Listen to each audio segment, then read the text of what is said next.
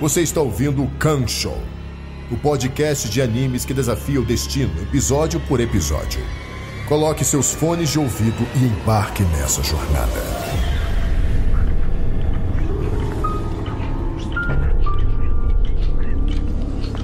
Por anos, Felipe e Nathan viveram uma ilusão. A ilusão da liberdade. O destino não era nada mais do que uma teia de eventos manipulada por uma entidade misteriosa. Deus.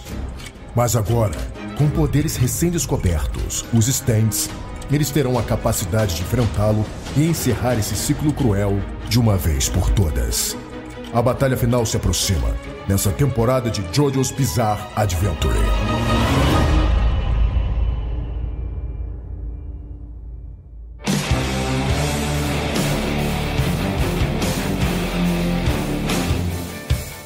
Alô, usuários de stand! Stardust Crusaders continua aqui e agora no Arco do Egito. E antes de darmos sequência, é hora das nossas convidadas, Carol Tomé e Nath Misaki, se apresentarem.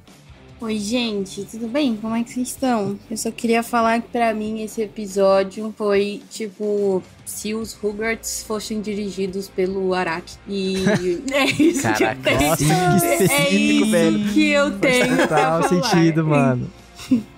Maravilha. Olá, Cancãs! Acho que foi um episódio pra dar uma relaxadinha antes das coisas e você vê uma perspectiva diferente, porque a gente não acompanhou nenhum dos Crusaders, a gente acompanhou ali a visão dos vilões, né? Exato. Como Marta Suplicy já diria, relaxa e goza nesse episódio. Vamos para nossas sinopses.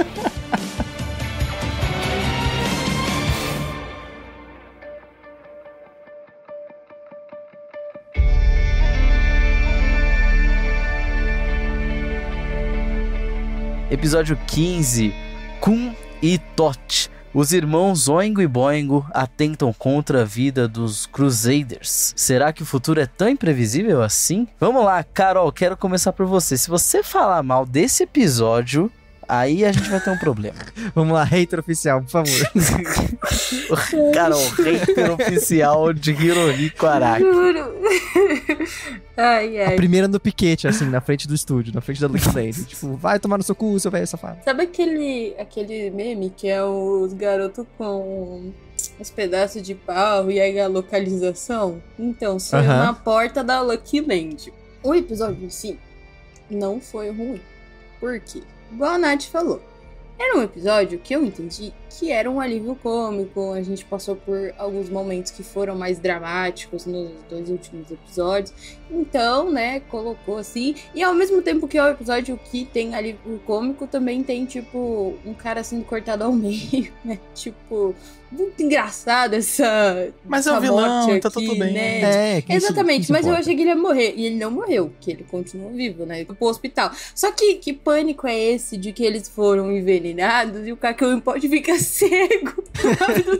Não, o episódio começa e eles É o lead com isso, né? Assim, o Jotaro, a gente não vai falar sobre isso o resto do episódio, mas... Mano, andando normalmente na rua, ai, vamos ali tomar uma Coca-Cola e os caras podem ficar cego. E eu, tipo, pelo amor de Deus, Kakyoin, o que tá acontecendo? Como é que os dois estão? O ferimento no pescoço do Abdul, felizmente, não afetou nenhum ponto vital. É bastante provável que possa deixar o hospital amanhã. Já o caso do Kakyoin é mais grave. Ele corre o risco de ficar cego. Isso é preocupante. É uma pena, mas infelizmente eu acho que o Kakyoin não vai poder mais acompanhar a gente nessa jornada. É só isso, é só o nervoso que a gente passa no momento e aí a gente ignora, né? Porque a gente vai entrando nessa narrativa, que é uma narrativa mais descontraída, é uma narrativa mais engraçada desses dois personagens que estão tentando se provar ou tentando fazer, tipo, o poder deles ser suficiente pra derrotar, né, os nossos Crusader, o que acaba não sendo. Mas eu acho que é porque, por muitas escolhas narrativas, mas porque também os personagens, eles são meio burrinhos, né? Então, tipo, eles vão tomando ações que são bem burrinhas. Porque o poder deles é bem interessante, né? A gente já viu outros stands que tomam a forma da pessoa, mas esse foi o que enganou eles o mais tempo, né? O o Polnareff e o Jotaro. Tanto que no final eles ficaram até tipo, nossa, Jotaro, como é que você chegou aqui tão rápido? E você pegou sua roupa na lavanderia? Eu não acredito que eles compraram esse papo de roupa na lavanderia, tipo... Eles são muito burros, né? Os Crusaders, porque... Sim. Porra! Especialmente o Polnareff. E eu falo, esse episódio só foi longo porque foi com o Polnareff especificamente que o Oingo tava lidando. Porque se fosse, tipo, Se o Kakyoin já tinha ligado, já faz tempo, assim. Aliás, tiraram os dois inteligentes, né? Porque sobrou. Matou a inteligência da parte, assim. Fizeram eles, né, quase de arrasta pra cima lá no hospital.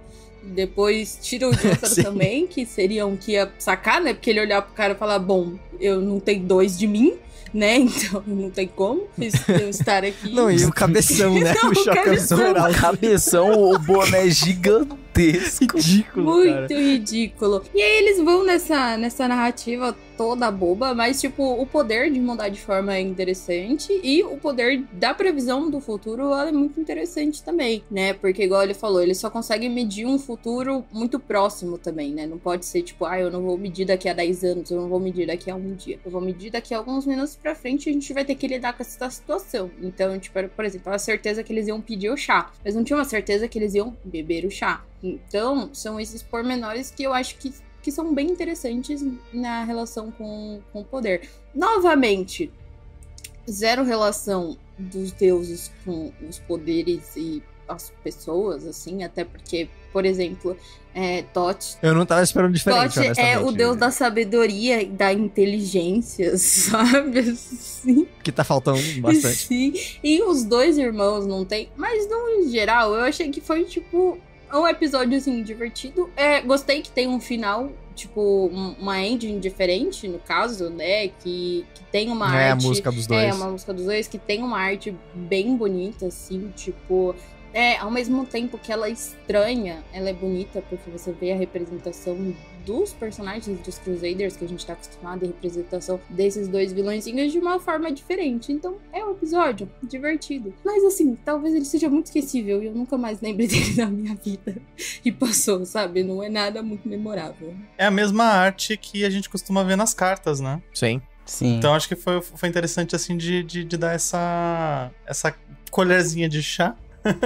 O que eu acho legal disso é justamente porque, como é a mesma arte, a gente tá o tempo inteiro falando de destino e o poder do menininho do Boingo é justamente ver o futuro. Eu acho que faz muito sentido eles colocarem a arte na capa, sabe? O destino não pode ser mudado. É o que a gente falou em outro episódio. A luta dos Crusaders contra o Jill vai acontecer. Aí eu falei no outro episódio também.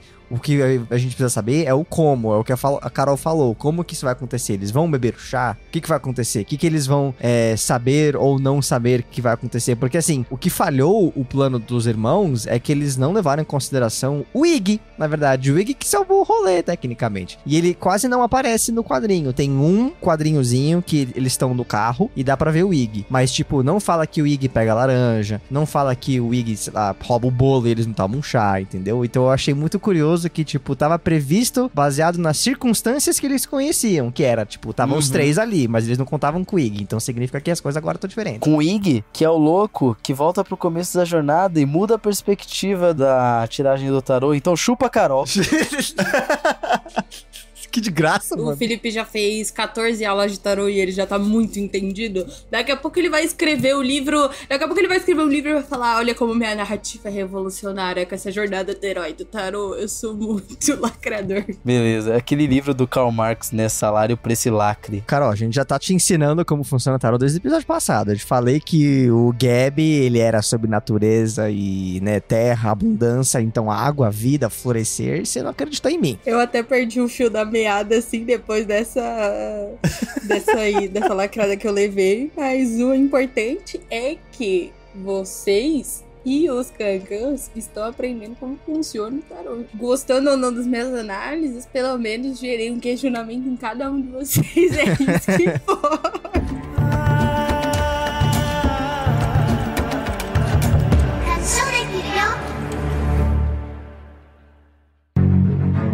Quer se divertir num programa no melhor estilo game show japonês? Então vem para o Desafio! Teste os seus conhecimentos sobre anime ou tokusatsu no Super Quiz Mix. Veja se você tem o ouvido apurado no nosso desafio musical maluco. Nani? Solte a sua voz no Quem Sabe Canta, Quem Não Sabe Arranha. Minami no shima wa atake, paina pura pura, atama poca poca, arrobaca. Venham relembrar aquela cena marcante de um anime ou tokusatsu no qual quem como. Nós estamos em todas as plataformas de podcast. É só digitar J Safio. Vem se divertir com a gente no Desafio!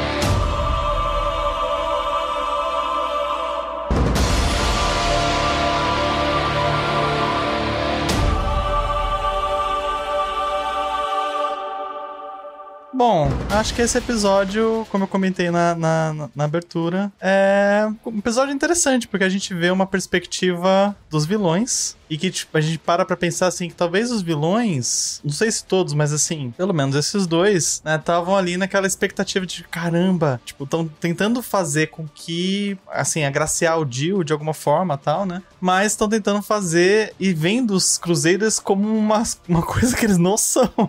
Tipo, tanto o Oingo quanto o Boingo, tipo, estão ali vendo o Polnareff e o Joseph, tipo, como uns caras astutos e que estão instigando e ele fica super nervoso com qualquer pergunta que ele fala. Você por acaso é um impostor?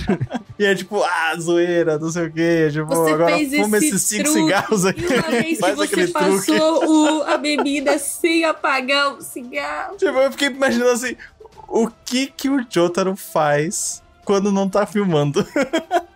Eu acho que, assim, a minha teoria é que o Polnareff desconfiou desde o começo de que não era, e ele ficou inventando uns truques nada a ver pro cara só se fuder de graça, assim, tipo, é? Mas era o que dava, Poxa, pra entender, porque você fala assim, o Jotaro não é esse tipo de pessoa. Sim. Ele não é brincalhão, ele não, tipo, você não então, vê ele... Tava Bom, muito na verdade, fora ele do até personagem. fumou no começo, né? Sim.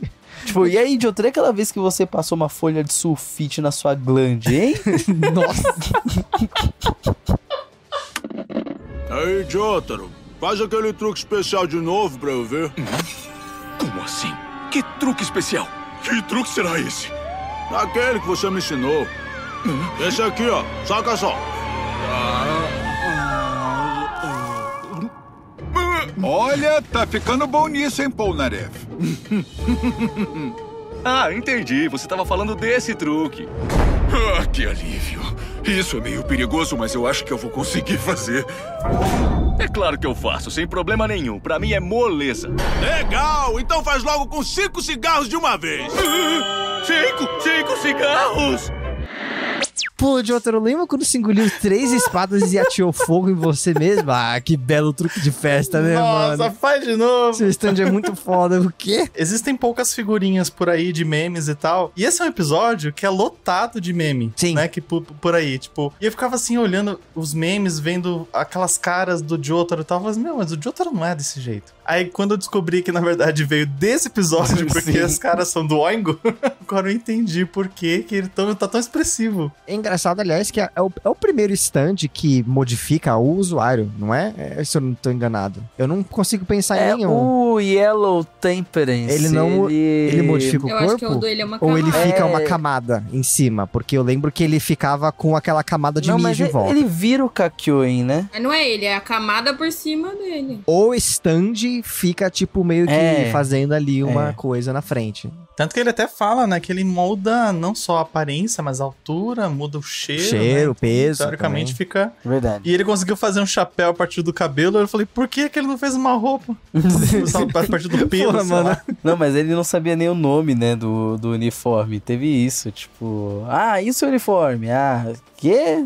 Como assim? Mas enfim, eu não sei, é engraçado porque essas pessoas, elas têm habilidades muito específicas, porque ele faz uma bomba numa laranja, que funciona muito bem, aliás, tipo, tem 12 quilos de TNT naquela merda, que tipo, a explosão desse tamanho, assim. Mas não, eu não consigo enganar os outros, mas tudo bem, faz parte. Mas eu achei muito engraçado como, assim, no fim, eles acabaram sendo derrotados pela própria crença no poder do Tots, né? Porque se ele tivesse, tipo, de boa e seguido a situação toda lá, tipo, eles viam o que ia acontecer e falavam assim, nossa, a gente tem que fazer a situação específica que a previsão tá dando aqui. Se eles tivessem seguido, talvez eles tivessem se dado melhor. Uhum. Então, meio que acaba também trazendo aquela percepção de que você conhecer o futuro talvez seja uma maldição. A profecia se cumpriu, tá ligado?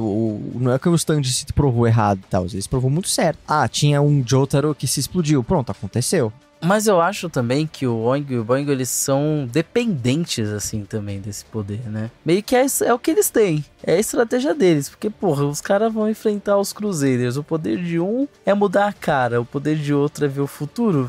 Não vejo muito mais como eles poderiam inovar, sabe? Gente, pelo amor de Deus, eles provavelmente estavam lá na Assembleia Legislativa do Cairo, na reunião com o Jill, tá ligado? Tipo, que rolou com as 9 pessoas. Eles foram convocados por um motivo. Tipo, qual é o critério do Jill? É verdade. Qual é o critério do Jill aqui, de trazer as pessoas? Ter stand, ué. O Jill deve ter terceirizado pra Emma. E a Emma falou, não, vou pegar aqui o primo do meu sobrinho. Ele falou que tem um stand mais barato. Ele faz pra mim. E é isso.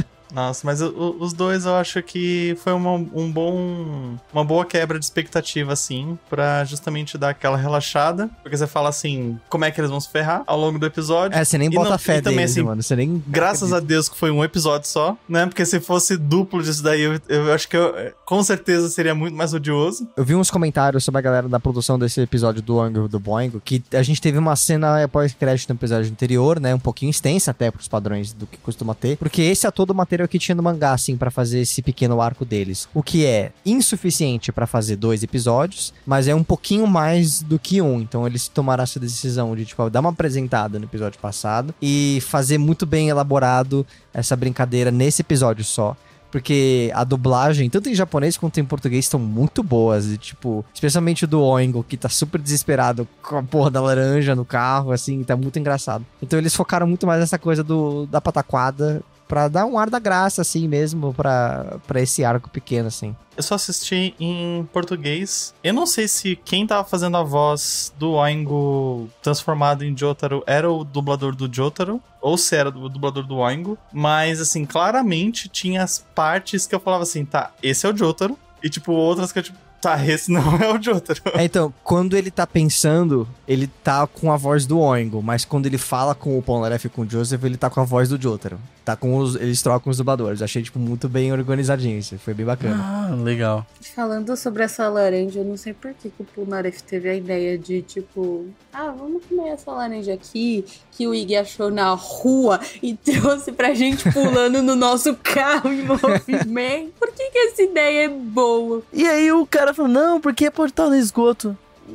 Dá nada. Tá de boa. Francês, filha da puta. Assim, só por estar na boca do Iggy, eu acho que você já deveria considerar não comer essa laranja. Não, e assim, eles estão levando de brinde as laranjas pro Kakyoin e pro Avdol no hospital, Nossa, né? coitado tipo, do eles vão dar bagulho, vai dar sepsis pros moleques na cama, assim. Não, e a fanfic, né, cara?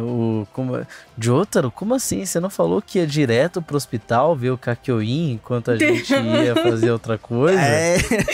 Mas, assim, foi um episódio que teve pelo menos eu tive um sentimento de ser, tipo, um episódio talvez de produção, digamos assim. Tipo, um episódio que a produção quis fazer, tipo, vamos fazer aqui umas coisas diferentes. Tanto que fizeram um encerramento diferente, né? Deixaram artes diferentes e tal. Acho que foi uma coisa um pouco mais criativa que eles tiveram sim. Total. A liberdade, assim, de fazer. Até porque, parando pra pensar, foi um episódio mais barato, né? E teve aquela cena que é o Oingo em cima de um cigarro com o fundo, tipo, galáctico, assim, e a laranja rotacionando em torno dele enquanto ele tava pensando, sabe? Tipo, esse pra mim é o ápice desse episódio. Mas são dois personagens, assim, que eu não lembro se eles voltam, mas eu gostaria que eles voltassem. Eles têm cara desses pateta que, tipo, aparece no momento mais inoportuno, assim, só pra encher o saco. É um episódio e pronto, acabou. E o Oingo até fala aquela grande frase, né? Se não fosse aquele cachorro sem vergonha, virou Scooby-Doo.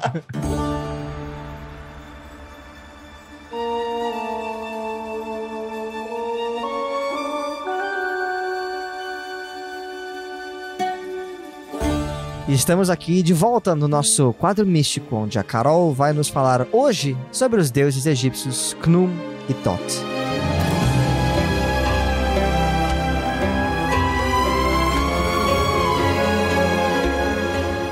Oi, galera. Então, começando pelo Khnum, tem essa carta aqui, que é uma carta bem bonitinha, né, do nosso tarô, que tem a parte da cabeça dele, né? Ele é representado por um bode, no caso, porque todos os deuses egípcios, eles têm uma representação, tanto humana quanto animal. Então, eles são sempre associados a algum animal. O Khnum, ele é associado ao bode. Aqui, a gente tem duas pessoas e o rio, que no caso é o rio Nilo, porque ele é o deus do rio Nilo, então ele é associado a essa parte mesmo da água, e porque ele é o criador do universo, ou no caso, o criador de todas as pessoas. Porque assim, ele faz um molde das pessoas. Então ele usa, tipo, lembra aquela questão do uso do barro, mais ou menos? Então ele faz um molde das pessoas e a partir disso ele cria todas as pessoas de forma diferente. Inclusive é ele que cria também o ovo primordial, que é da onde Ra surgiu, que é o Sol. Que tipo, Ra existia no meio do nada. E aí um dia ele simplesmente nasceu e trouxe o Sol e a abundância para o mundo, porque nada existe sem o Sol, né? Ele é um deus que, tipo, não era tão famoso quanto os outros, porque ele é um deus mais antigo. E normalmente a gente costuma falar sobre os deuses mais novos, né? Tanto por informações que a gente tem, mas é porque é muito mais fácil pra gente falar de, por exemplo, Horus, Ísis, entre outros, do que o Khnum. Mas ele também era um deus muito importante, né? Por ser o criador e por também estar relacionado ao Nilo, né? Porque o Nilo, ele é uma fonte, ele até hoje é uma fonte de vida muito grande pro Egito, né, da onde eles tiram a água e fazem diversas coisas. Ele é um deus, assim, muito interessante por causa dessa questão, né, de ser associado, tipo, ao criação. Ele também era uma divindade protetora dos mortos, que também ajudava as pessoas no julgamento, a tentar entender qual que era o momento delas para poder direcionar elas para uma arte, para o lugar correto, assim. Depois que Anubis nasceu, ele ficou um pouquinho mais de lado, e aí ele mudou um pouco de função, mas ainda assim era um dos deuses primordiais que fazia isso, e eu gosto bastante do sentido. Eu não acho que ele tenha uma conexão assim tão grande com o personagem, a não ser por essa questão, talvez, dessa criação ou dessa mudança, tipo, por causa da mudança do barro e tudo mais, e pelo personagem ter um instante que muda de forma, né, e muda o próprio corpo humano, mas em uma questão, assim, de, tipo, personalidade, sabedoria, inteligência. Ele era um deus, tipo, considerado também muito complacente, porque como ele criou os seres humanos, né, tipo, cada ser humano, então ele se importava com eles. Ele queria que eles tivessem sucesso nas suas coisas. Mas, e também quando ele chegava lá, no mundo dos mortos, ele falava, olha, você passou aqui pela sua vida, né, poderia ter sido melhor e tudo mais, tentava ajudar no julgamento, que não é uma coisa que o nosso personagem faz muito, né, mas eu acho que é mais isso, uma questão de poder associado com uma alcunha que esse deus tem. E aí, sobre ele, o que vocês acharam? Olha, eu consigo fazer uma associação imediata com... eu não sei se eu posso, mas eu vejo muito uma relação com a questão de Adão e Eva, até porque na carta tem duas pessoas, um que parece ser um homem e uma mulher, e porque tem essa coisa de tipo, Deus nos fez em sua imagem. né? E qual é a nossa imagem? Toda e qualquer uma representa Deus. Ter o poder de você poder virar toda e qualquer imagem, eu acho que é muito interessante de você poder ter essa referência do poder do Deus, que ele pode criar, ele cria todas as pessoas, poxa, então ele vai ser todas as pessoas. Essa é a analogia que mais me pegou, assim, a atenção. Sim, ele é o deus do rio, né? E o rio tá sempre mudando, assim como ele sempre muda de rosto. Também. Isso não... Ó, mano, essa foi boa. Não mente, Carol. Você sabe disso que essa foi boa. Eu não falei nada. Deus tá sempre muito mudando. sagaz hoje. Não tem nem como contra-argumentar. Pra mim é a mesma coisa. Tipo, o Araki deve ter olhado e falado assim: Deus da criação. Ah, ele cria corpos diferentes. Ele vai se transformar em corpos diferentes. Porque é o que faz sentido pra minha história. Tô falando, Araki, contrata a gente faz aí curadoria distante pro resto da parte 9, bicho. Ai. Agora vamos pro outro. Thoth. Assim, Thoth, ele é um dos deuses que eu sou mais apaixonada em toda a minha existência. Assim, porque, sei lá, eu não consigo nem explicar o quão incrível é trabalhar com Thoth e poder entender sabedoria, inteligência e coisas boas que essa divindade já fez pelo mundo. Thoth, ele é associado também a um pássaro. No caso, ele é associado a uma ibis, mas você também pode ver ele representado como babuíno, porque babuínos são muito inteligentes e ele é o deus da inteligência e da sabedoria. Thoth basicamente criou todas as inteligências que o Egito poderia ter, tipo matemática, arquitetura, medicina, a escrita também, tanto que atrás dele aqui nessa carta a gente tem o livro da vida, né, todo escrito em hieroglifos, e ele é um deus muito, muito relacionado à sabedoria. Ele também é considerado meio que o advogado da humanidade, e eu achei interessante essa conexão que a gente tem de Thoth junto com Khnum, porque como a gente falou, ele era o criador da humanidade, então ele era complacente com ele, e Thoth é considerado o advogado da humanidade, porque ele fica com o livro dos mortos lá no tribunal de Osíris, e ele entende que tudo da vida da pessoa não pode ser julgada só por uma ação, você tem que ser julgado por tudo que acontece. Então ele costuma defender, e muito das criações que ele fez foi para a humanidade, porque ele queria ver o quão inteligente os humanos poderiam ser, e quantas coisas incríveis que eles poderiam criar, e quantos questionamentos ou perguntas, porque, né, existem coisas na ciência que a gente não tem resposta até hoje, mas todo o processo científico para ele é muito interessante, né? Ele também é considerado um deus muito justo. E eu acho, assim, que colocaram ele com o nosso personagem exatamente por causa do livro da vida, né, ou do livro dos mortos, como eles chamam, porque é um livro que vai mostrando a vida toda da pessoa e de todas as pessoas que já passaram, pra gente poder entender, né, e julgar o que vai acontecer com elas. É difícil não olhar pro desenho com o livrinho e pensar, obviamente, no livrinho que prevê o futuro, claro, né?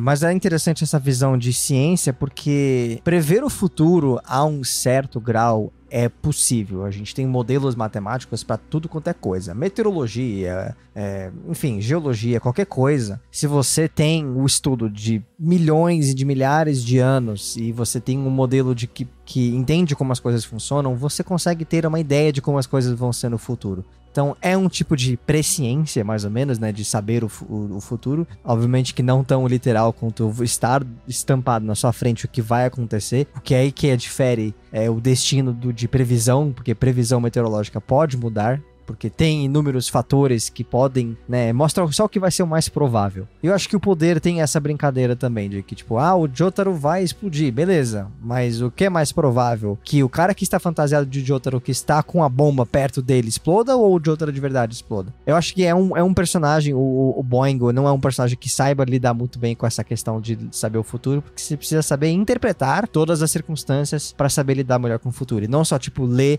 vai acontecer isso, ponto final. E lidar com a imprevisibilidade também, né? Porque, tipo, mesmo que você tenha um pedaço pequeno de futuro, ele ainda é imprevisível. Ele não é completo, né? Igual a gente falou.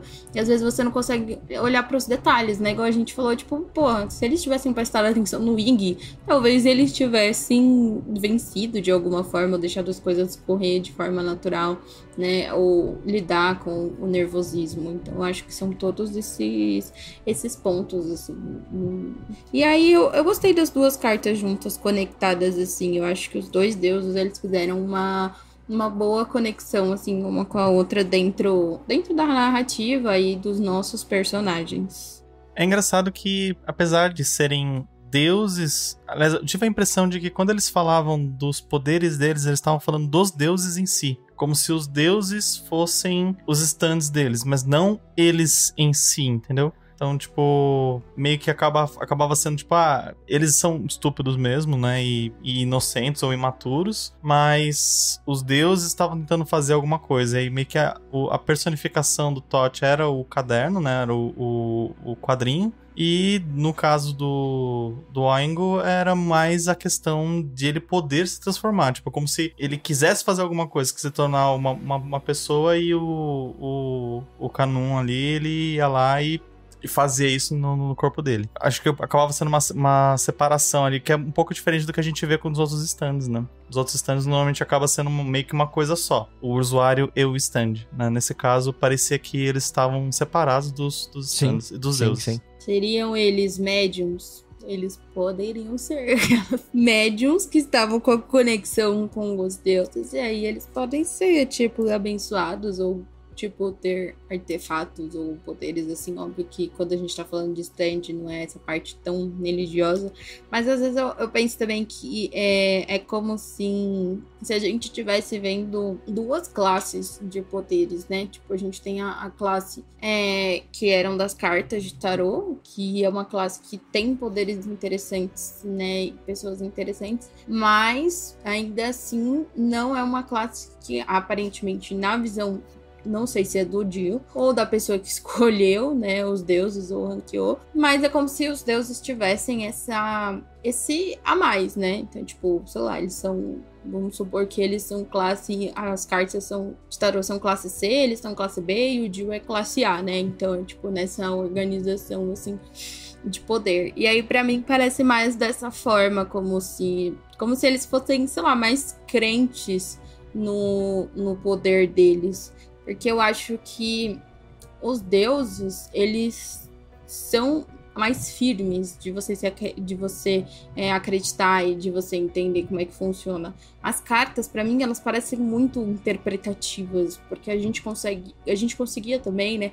E os personagens, a gente pensar muito mais em situações e num contexto muito mais amplo do que nos personagens em si.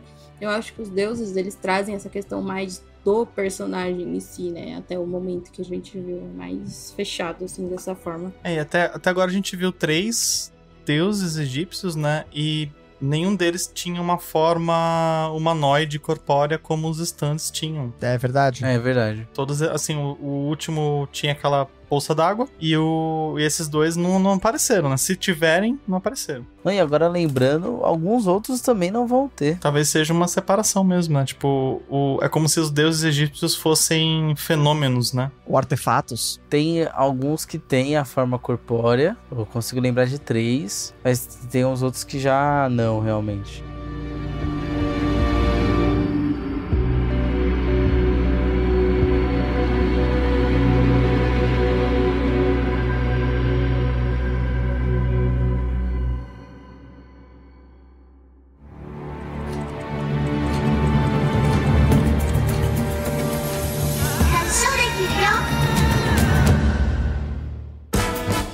E está escrito nos cadernos do destino que é hora do Kanshou do Bilhão.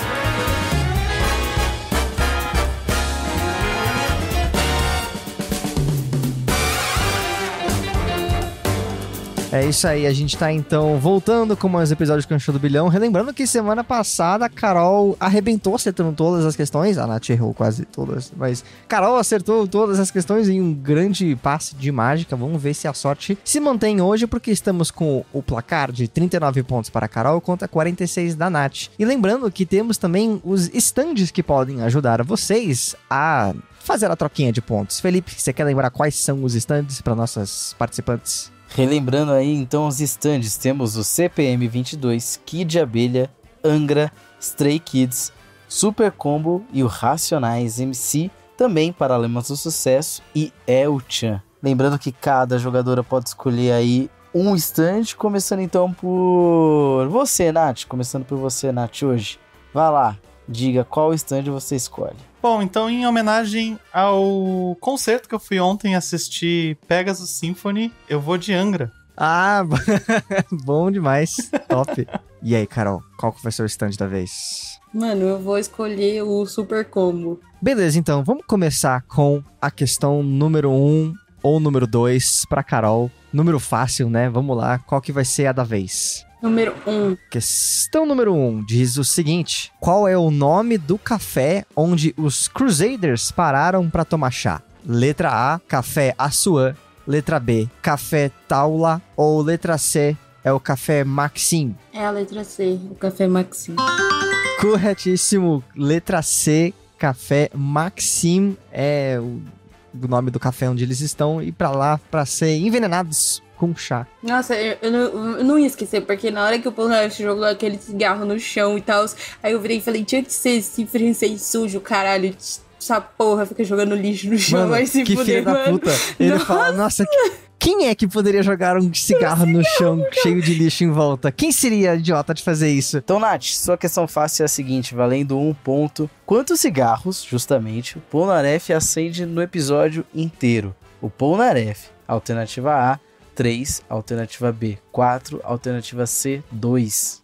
Olha, eu vou chutar que é 2. Infelizmente não está correto. Foram 3 cigarros. 3 cigarros no total. Surpreendentemente, o mais fumante que eu já vi em anime, especialmente em um episódio. Tipo, eu sei que ele é francês, mas ele não tinha fumado em nenhum momento. Agora tá compensando todo o estresse de, tipo, o Avdol tá morrendo, o Kakyoin tá ficando cego, tem um atrás do outro, Chainsmoke. Pior que quando ele tava lá e ele pegou o cigarro, eu falei, mano, da onde ele tirou esse cigarro que ele nunca tinha fumado antes? Tipo assim, Sim. Do nada. E ele agindo como se fosse um hábito muito, tipo, olha aqui, eu tenho esse hábito há anos, olha como eu sou Esse fumante. episódio foi patrocinado pela Marlboro. Com certeza, com Cigarro certeza. faz bem pra você, assim, tipo cowboy, tá ligado? Olha como é divertido. Todas as brincadeiras que você pode fazer com seus amigos. Cigarro na escola já. Sim. Vamos lá, questões médias, Carol. Número 3 ou número 4? Qual que é a da vez? Número 3. Considerando o primeiro quadro do mangá do Boingo, que aparece a carteira do homem que eles apanham e roubam a carteira, ela despeja uma certa quantidade de dinheiro. E eu quero saber quanto dinheiro. Letra A, foram 2 notas e 1 moeda. Letra B, 2 notas e 3 moedas. Ou letra C, 1 nota e 4 moedas. Não tinha a mínima ideia, eu vou chutar a letra B. Puta que pariu, Carol. Meus parabéns. Que é isso, mano? Tá acontecendo, Ela tá com o livro. velho. Ela tá com o livro. Estava escrito. A gente chegou no Egito, todo o panteão tá te agraciando com a sorte do mundo. Eu tô né? Não, é que eu tô completamente dunizada. Eu fui assistir Duna no cinema, tô lendo o livro, tudo pra mim estava Lição Agaíbe. Carol, Lição Agaíbe. Que aqui, ó. É o Lição Agaíbe, não tem jeito. Tudo pra mim estava escrito o Muad'Dib. Carol Muad'Dib Atreides, vamos lá.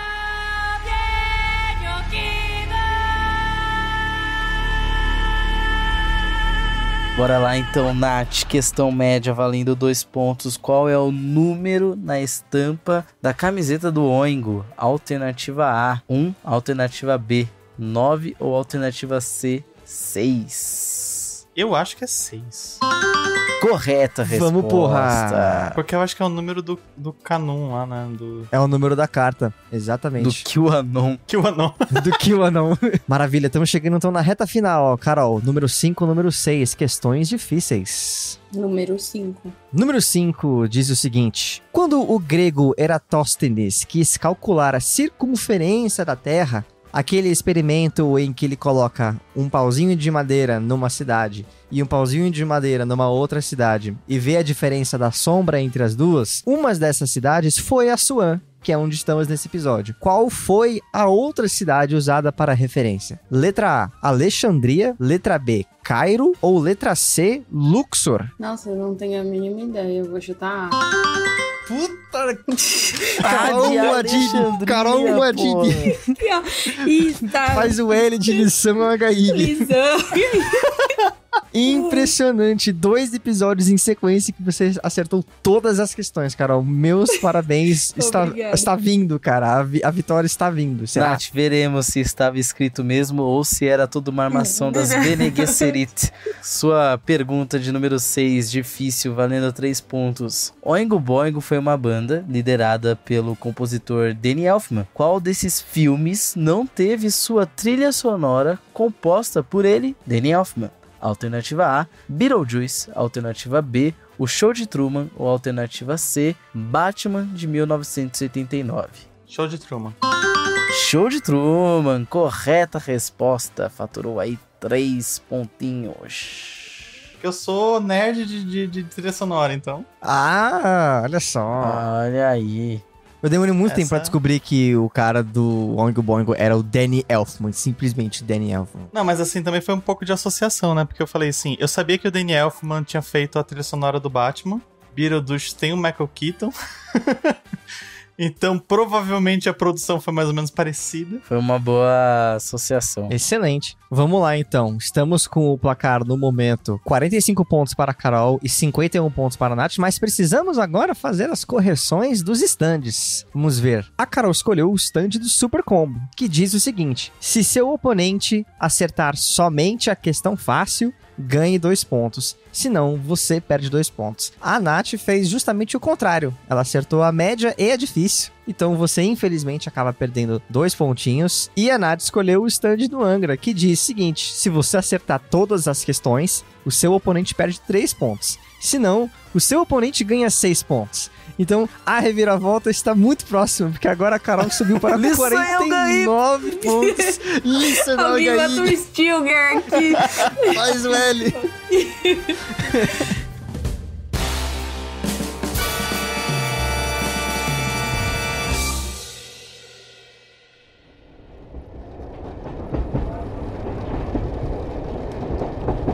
Agora aproveitem a viagem, pessoal. Esse trem nos levará direto para o coração de Londres. O local da foto está cada vez mais próximo. Mais um meio de transporte, mais uma mordomia. Eu vou no vagão restaurante pegar um café. Alguém mais quer? Ah, eu vou também. Quem sabe eu me safo dessa vez? Então, Carol, como você se sente sabendo que a gente tá chegando no lugar dos seus sonhos? Muito estranho, pra dizer o mínimo. Mas o que na jornada de vocês não foi, não é mesmo? Estranho não, bizarro. Opa, passaram um folheto aqui por debaixo da porta. É uma mensagem de um dos meus agentes. Ele diz que chegaremos em Londres em breve. Olha só, embaixo ele também fala que você deve seguir o Canshow nas redes sociais, em @CanshowPodcast no Instagram, Twitter e TikTok. E caso queiram apoiar nossa jornada, entre em apoia.se/CanshowPodcast e ajude com a quantia que couber no seu bolso. Não se esqueçam de assistir os próximos episódios de Jojo, pois nós estaremos lá. Este podcast foi editado por Fê Gomes.